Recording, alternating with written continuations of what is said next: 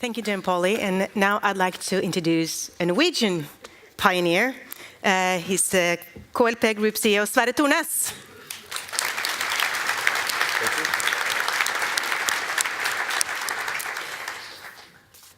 Sverre, you have been involved in these issues for a long time. How did you become engaged in the first place? I think we'll have to go back to 1999 and when our board made a decision that we should sell our investments in the tobacco industry. And then they challenged us actually to come back with a rewritten strategy for asset management, where we not only focused on financial return and risk, but also on sustainability. And I remember this as being very inspiring, actually. And we struggled for a while to find how we should approach this. Mm-hmm. And then we decided on the UN Global Compact's 10 universal principles for sustainability as our platform. And that was, I think, a lucky choice. So we started to exclude companies that violated these principles.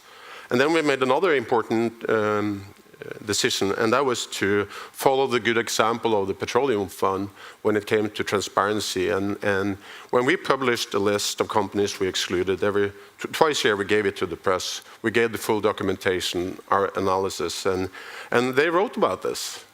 And it was very encouraging to see that we can make large international companies change their behavior from the pressure we put on them as an investor, together with other investors. Being transparent in itself, created debate. And we saw this it was a large debate in the investment community, how we should address this type of issues. We saw the NGOs come in this discussion and other groups as well. And everything gave us all a better understanding how we could drive change. And then we saw how this experience affected our employees. They became really proud of what we were doing, and we saw it affected recruitment. We saw talent seeking to work for us, and that was good as well. So I think overall, we look at this as a win-win situation. It's good for business, it's good for society, and personally, I've just become a grandfather, and that reminds me, that they will live to see whether we fail in fighting climate change or not. So that keeps them awake, and that keeps the fighting climate change the really most important topic to address, I think. And Polly, how important is a leader's personal engagement to raise awareness in the whole organization? Well, to put it another way, I think if you don't have leadership at the top, it's extraordinarily difficult to bring about the kind of changes that are needed. We talk to lots of organizations, individuals and organizations who don't have that leadership, and they will tell you time and again, unless you've got some kind of commitment or buy-in from the top, it's very difficult to make progress. It's not impossible, but it's so much easier if you're Unilever with Paul Polman to move forward than if you have somebody who's chairman, and I know a few of them is a climate denier. It just is so much harder.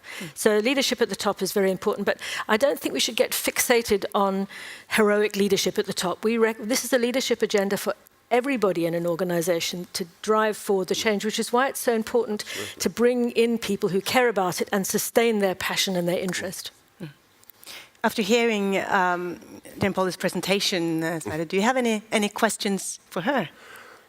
No, I think it's amazing that you're still an optimist when you work with researchers all the day and you see the figures and the numbers. And so where do you get the inspiration to keep your optimism on these subjects? I'm an optimist that we can do it. I'm not entirely an optimist that we will do it.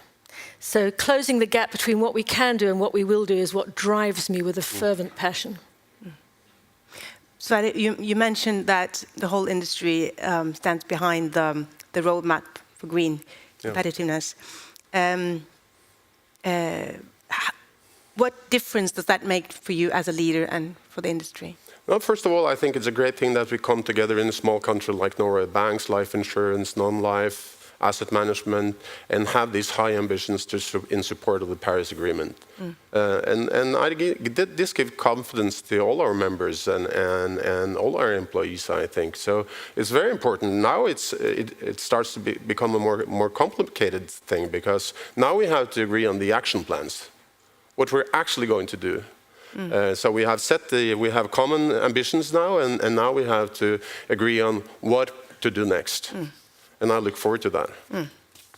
So what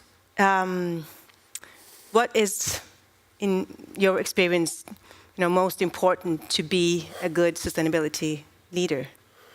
I think the most important thing is to involve everyone in your organization, so that they understand that it's to do your ordinary business in a different way, where sustainability is integrated in all processes. It's not the leadership thing. It's not the thing in the corner. That's the department for sustainability. It has to be in all your product designs, in your communication with your customers and society at large. So I think you have to get everyone involved. And then you see the energy you get from this will move the company in the right direction. And I think you will not succeed if you don't take this seriously. Do you have anything to add? I think I entirely agree. It has to be at the heart of the business, but I think you also need courage, because this isn't going to be easy. There are some things some tough choices that will have to be made, some forces against which one will have to take a stand. So there's an element of courage that I think we see in the leaders who've been most successful over and above of the operationalizing of sustainability. It's just having that sense of, I'm going to do this because it's the right thing to do. Looking out at these people here today from the financial industry, what are your expectations from them in the years to come? To know that the ability to survive is in your hands and do something about it. Ikke mindre enn det. Dame Polly Cortis, thank you so much. Sverre Thornes, takk. Thank you. You can leave the stairs here. Thank you. Ja, så kort og så vanskelig kan det sies. Dere skal straks få en kaffepause. Men vi må gjøre dette rett når vi har fint besøk, så nå vil jeg be alle reise seg når Hans Kongelige Høyhet Kronprinsen forlater salen.